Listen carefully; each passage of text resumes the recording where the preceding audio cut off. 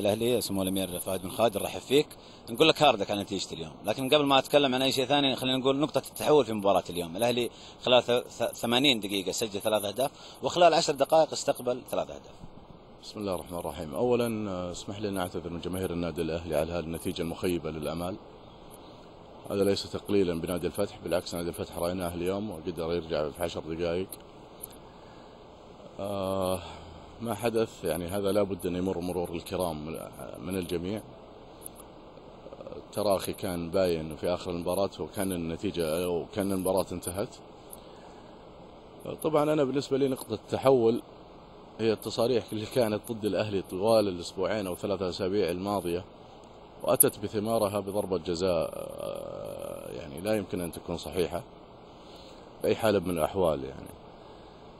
لكن هذا لا يعفينا من انه كان في تقصير داخل ارضيه الملعب.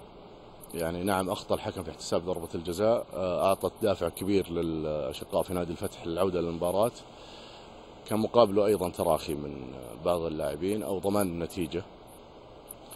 لكن باذن الله انها تكون كبوة جواد، وباذن الله اني اعد جماهير النادي الاهلي بالعمل على تصحيح ما حدث في هذه المباراه.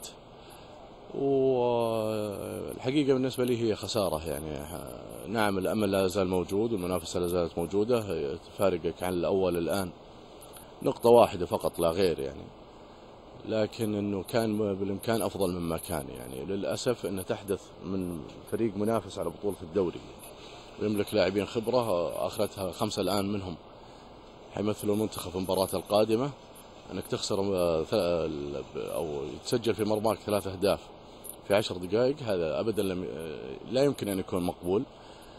اتمنى من الجماهير الاهلي ان كما عودتنا دائما ان تساند الفريق على العوده.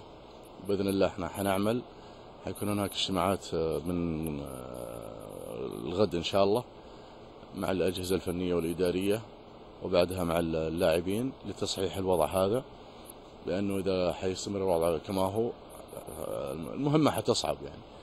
لكن خلينا ناخذها بناحيه عقلانيه اكثر من انها ناحيه انفعاليه، فباذن الله قادرين على العوده بالفريق الى الطريق الصحيح ان شاء الله. اسمح لي في نقاط سريعه اختم فيها يعني استنبط من كلامك.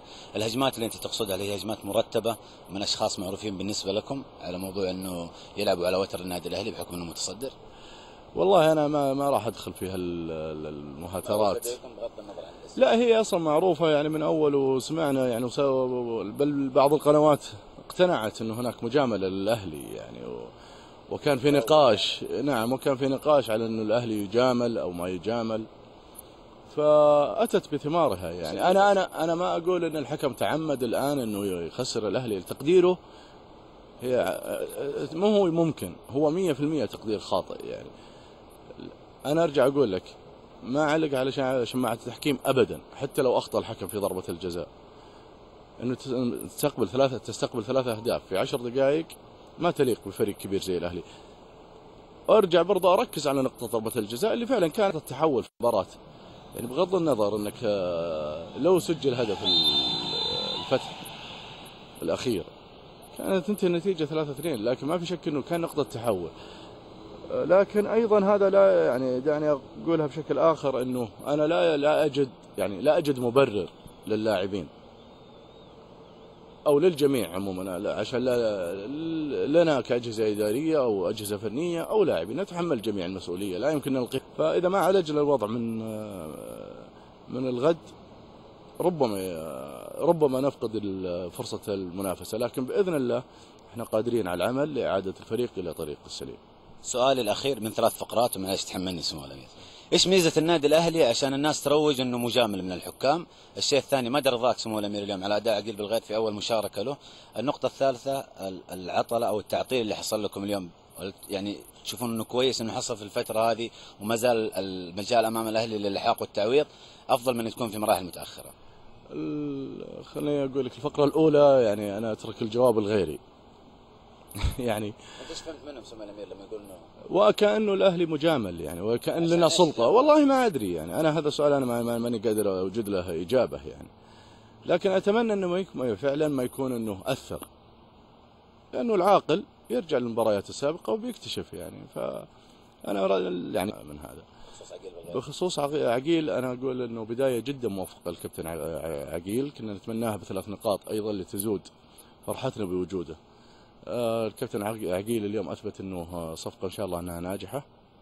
هذه اول مباراه لا يمكن ان نحكم عليها 100%، لكن بدايه جدا موفقه ولله الحمد، واتمنى من هذا وافضل له في المستقبل ان شاء الله. خيرا التاخر في النقاط اليوم افضل بالنسبه لكم من اللقاءات القادمه؟ لا، هي رياض المباريات كلها عموما الان بالنسبه لنا كخروج مغلوب، خساره النقطه الان كخسارتها بعد اسبوع او اسبوعين يعني. لا شك انه الان انها افضل من انك تدخل في اخر اسبوعين او 3. لكن يعني برضو انت خسرت نقطتين كانت جدا مهمه، لكن باذن الله انه اعد الجماهير بالعمل على اصلاح هذا الخلل، وما حدث اليوم نتحمله جميعا. واتمنى من جماهير النادي الاهلي انها تكون داعمه للفريق، واتمنى من الجميع ايضا انه مع خطأ الحكم اليوم الا انه لا نلتفت الى امور التحكيم، دعونا نعمل، نعود بالاهلي الى انتصاراته ان شاء الله. نعم هي مؤلمه او التعادل بطعم الخساره، لكن هذا باذن الله حيخلينا نعمل عمل اضافي لعوده الفريق ان شاء الله. كلا بل انت اليوم يفيكم من الترويج انه في مجاملات للاهلي اليوم سوالمير؟ والله انا ما ادري يعني هو لازم يكون في خطا عشان يبين. فانا هذه عموما انا ارجع واقول انا يعني تحدثت عن هالنقطه لارد على بعض الاصوات اللي طلعت مؤخرا، ولم اقصد لا الحكم ولا غيره. الحكم اخطا، معرض انه يخطي لنا يخطي علينا. أنا سألتني عن نقطة التحول، قلت لك هي ضربة الجزاء الغير صحيحة خطأ. يعني أنا متأكد أنه تقديري ما يعني لا يمكن أن يكون الحكم قاصد، لكن أتمنى هذه أن تكون يعني رد على كل من شكك. نشكر لك سمو الأمير تواجدك، ونشكر لك روحك الرياضية أيضا. شكرا أخوي، شكرا يا نشكر